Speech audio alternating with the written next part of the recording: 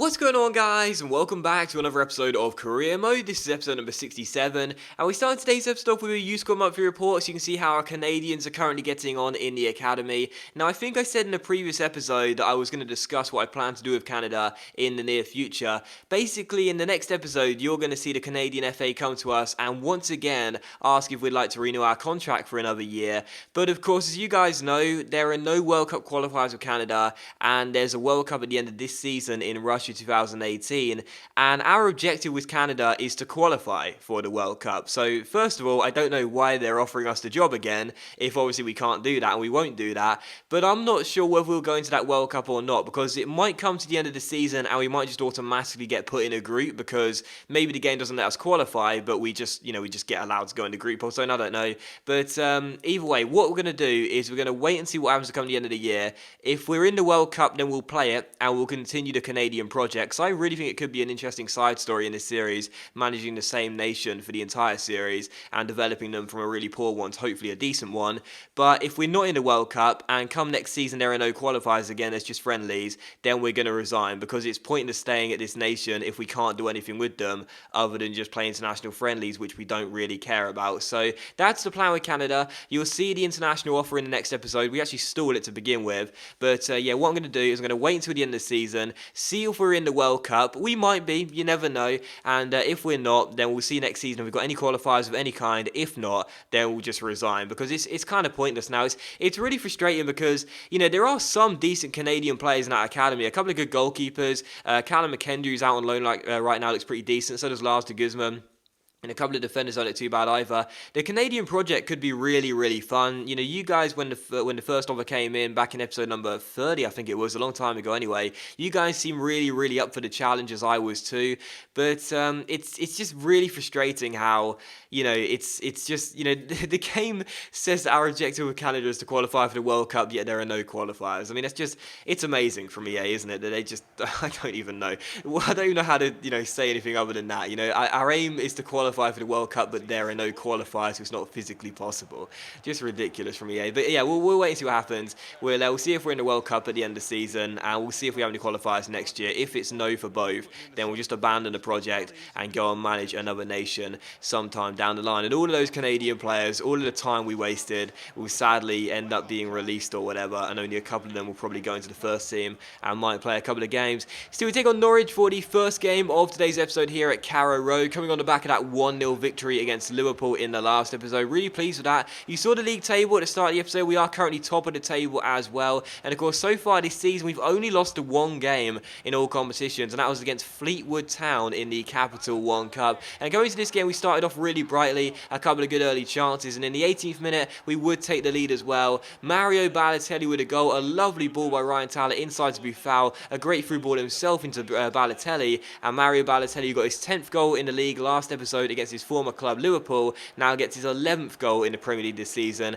and makes it Norwich 0, Watford 1 here at Carrow Road. So taking on the newly promoted side, going 1-0 up in the first half, looking very, very good in this half as well, and looking really promising. And once again, Mario Balotelli notching up was really good to see. Conor Plianka went pretty close here on the stroke of half time. This free kick from range going just wide of the post and behind for a goal kick. Not a bad effort from the Ukrainian there, but it was still 1-0. That was the score at half time, and that was also the score at full time as well. It remained 1-0 for the entire 90 minutes. Balotelli's only goal of the game, separating the two sides, and we do win it by a goal to nil. So 3 1-0 victories in a row in the Premier League. First against West Brom, then against Liverpool, and now away at Norwich. And in the last episode, I discussed this year's FIFA. I asked for your opinions. I asked whether you guys think the same as me about this year's game, whether you like it, whether you don't, whether you find it enjoyable, whether you don't. And I talked about the AI on Legendary briefly, and it's just really frustrating, but those games right there are basically a classic example of what I've been talking about a lot. And I try not to complain about the game. I try and give my my positive perspective on the game as much as possible. But this year's FIFA against the AI on Legendary, there are so many games like that one where just not enough really happens. Not enough happens, and that's Norwich away from home. Yes, they're a newly promoted side. Yes, we're top of the table. Yes, it's going to be a difficult game for them, and I know that. But in the second half, they were trailing by a goal to nil, and they only had one shot in the entire game, which I don't even remember. And honestly, honestly, it was like they were playing damage limitation. They did absolutely nothing whatsoever and barely looked threatening in any way for the entire game. And it's too common in this year's FIFA that AI teams just don't really seem to want to attack in fear of being opened up at the back. Because, heaven forbid, first and foremost, they'll misplace a pass. That's the worst thing that any AI player can do, clearly, in this year's FIFA. But just in general, the game and the gameplay is really frustrating against the AI on Legendary because just not enough really happens. It's really frustrating because it's my job to try and make the games entertaining, but there are games like that one which just aren't really good enough, to be honest. But still, we take on Bayer Leverkusen for the second of 3 games in today's episode here, back in the Champions League. Now, in the last episode, you saw us get a draw against Basel away in Switzerland. We were already guaranteed to be going through to the round of 16 stage anyway, and coming into this game, after Bayer Leverkusen's previous result against Real Madrid, that meant coming into this one, taking on the German side here at Vicarage Road, all we had to do was avoid defeat in this game, and we would guarantee a top of the group finish. Bayer Leverkusen had to come here and win,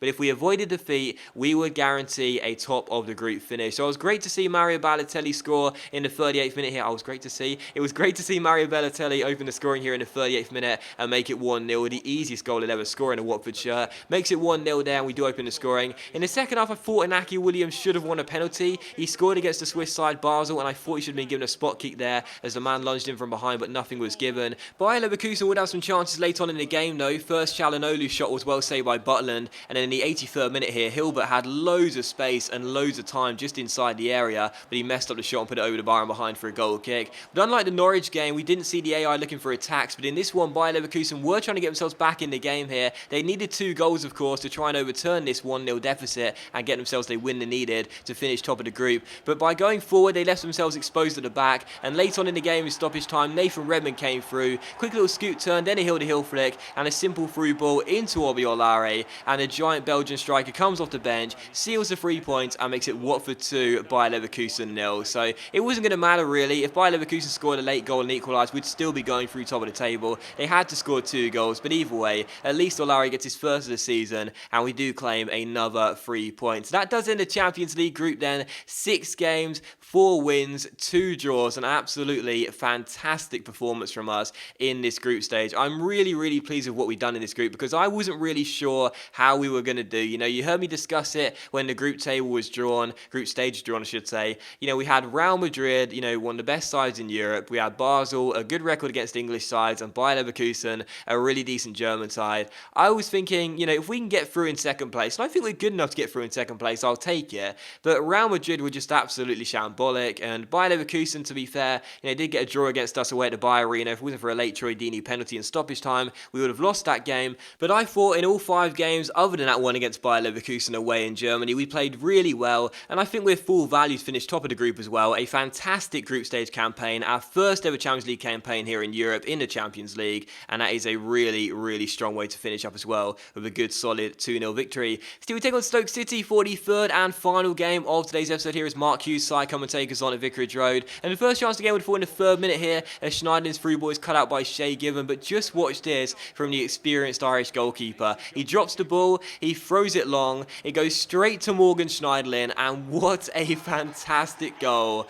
from Morgan Schneiderlin. Absolutely superb stuff. We signed him from Manchester United in the summer transfer window for £13 million plus Capu. He's been pretty decent for us, and that's without doubt his best goal for the club so far. What a superb goal this is. Given is such an experienced goalkeeper. He was really good. In his prime for Newcastle, Given was fantastic. But as he drops the ball there to get a feel for it, he throws it long, but it's straight down Schneiderlin's throat. He chests it, he half volleys it, he lobs Shay Given. That is a wonderful goal from Morgan Schneiderlin. I thought that was really nice. It is a goalkeeping error from Shay Given, I'm not going to deny that, but that was still a fantastic strike from Schneiderlin there. Brilliant chest, brilliant half volley, and a really good finish into the back of the net. So Schneiderlin opened the scoring here. Shay Given with a mistake, but a fantastic finish from Schneiderlin regardless. Had to show sliders as well. I actually forgot to show this a few times now when I scored nice goals, but I think you guys trust me really. But anyway, it's Schneiderlin with a goal. Watford 1, Stoke City 0, and a fantastic finish from the French holding midfielder. And in the 8th minute, he's doing his job once again, winning the ball back for us here and goes on the run. Plays it through towards Loftus-Cheek, who goes through one-on-one, and 9 minutes in, what a start to this game. Watford 2, Stoke City 0,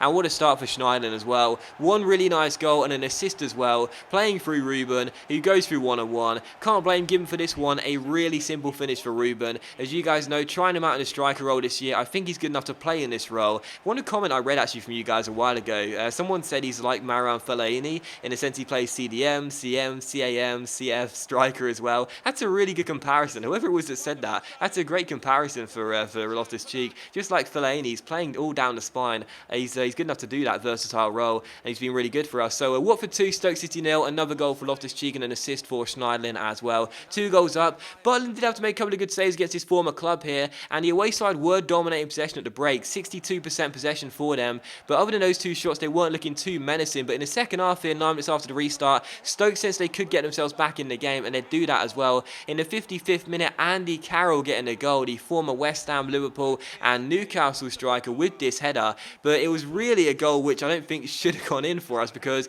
as the header was going, I think it might have been going wide, but it hits Joel Matip on the back of the head and just goes into Butland's empty goal, and it is Watford 2, Stoke City 1. So I think it should have been going down as an own goal for Matip there. I think it was going wide, that header from Carroll, but either way, it's a goal for Carroll. He'll celebrate it, and it's Watford 2, Stoke 1. So Stoke back in the game, but after that goal, I thought they'd be buoyed by that. I thought they'd gain momentum and gain confidence, but instead, they didn't really do too much after that. They got themselves back in the game, but didn't look capable of getting themselves an equalising goal. And with 2 minutes to go before the end here, we won ourselves a free kick. Marco Ryan Tyler was stood over it. He's got some very decent stats for a 19-year-old winger. Mitchell Watson joins him, the regen of Steven Gerrard, but of course he was always going to leave it to the Italian. He runs over the ball, the wall jumps in the air, the dummy runner works, Ryan Tyler takes the free kick and curls it past Shay Gibbon, and with a minute and a half of normal time to play, Marco Ryan Tyler wraps up the 3 points with a nice free kick and makes it Watford 3, Stoke City 1. So Watson came to join him there, but I only had eyes for Ryan Tyler taking this one. He runs over the ball, the wall jumps. That doesn't usually happen often for me. They never really get tricked by that, but maybe it's different for you guys. But either way, they do get tricked this time. Ryan Tyler strikes it, and Shay Gibbon, I think, was at fault for the first goal, despite the great finish by Schneiderlin. And it was like the same for this third goal as well. It's a nice free kick by Ryan Tyler and everything, but Shay Gibbon there, in my opinion, you know, in his day for Newcastle, as I said, he was a really good goalkeeper. In his prime, he was fantastic, but there he didn't really shuffle his feet very quickly. It wasn't right in the corner. It wasn't right next to the post. It wasn't hit with any power. I think Gibbon should have at least got a hand to that, but he didn't. We don't care. We're not going to take it away from Ryan Tyler anyway. A nice free kick, his 4th goal of the season, 2 in the Premier League, and he does wrap up the points there to make it Watford 3, Stoke City 1. So final score, Watford 3, Stoke 1, another win for us. And of course, I did mention as well in the game against Fleetwood Town, the only defeat of the season so far in the Capital One Cup. Maybe it will prove to be a blessing in disguise for us, because we could focus all of our time on other competitions. Well, that's exactly what it's proving to be right now. We're top of the table by 5 points, clear of Arsenal in second place, coming towards the end of the first half of the season, looking really, really good in the Premier League, through to the Champions League round of 16 after topping our group. Things are looking really rosy at Vicarage Road, and hopefully they continue for a long time. But that does end the episode though, guys, so thank you very much for watching the video. I really hope you have enjoyed it. If you have enjoyed today's episode of Career Mode, then please do leave a like, so it's much appreciated. It really does help my channel out, and I'll see you for the next episode of Career Mode very soon.